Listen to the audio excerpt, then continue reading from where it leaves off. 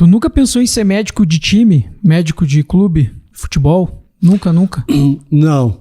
É que, voltando, né, para aquele negócio que eu destaquei, para aquela dicotomia, né?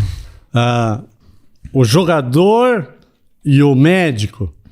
As dores que o futebol me deixou foram curadas muitos anos depois.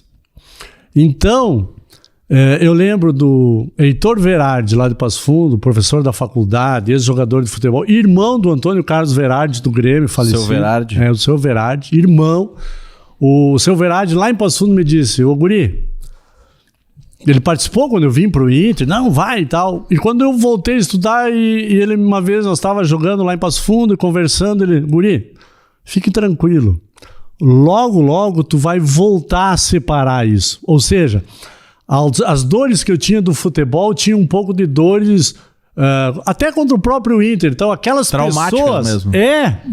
Porque não é fácil tu olhar Tafarel, campeão do mundo, que eu joguei junto, Mauro Galvão, outros jogadores maravilhosos. Então, enquanto eles estavam em atividade, e com todo o mérito, mas eu estava estudando, então eu não podia nem ver televisão da saudade que eu tinha. Cara, eu jogava com esses caras, né?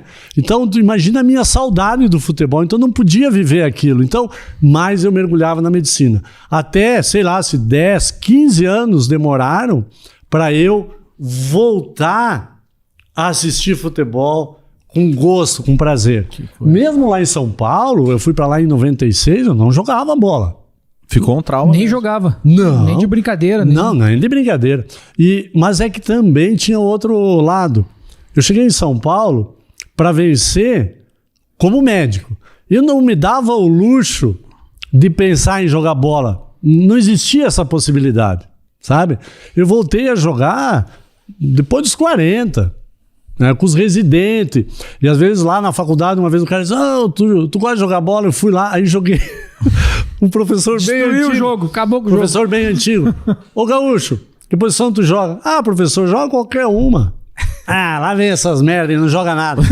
Aí, mal sabia ele. Aí vem um outro senhor lá, o Diógenes, assim: professor, esses caras com essa conversa assim, o senhor fica esperto.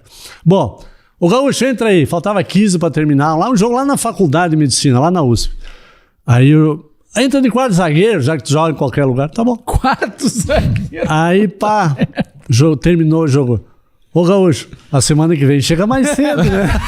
E vou te botar em outro lugar também, né? Nós vamos te promover. Vou te botar na meia, né? Chega mais cedo.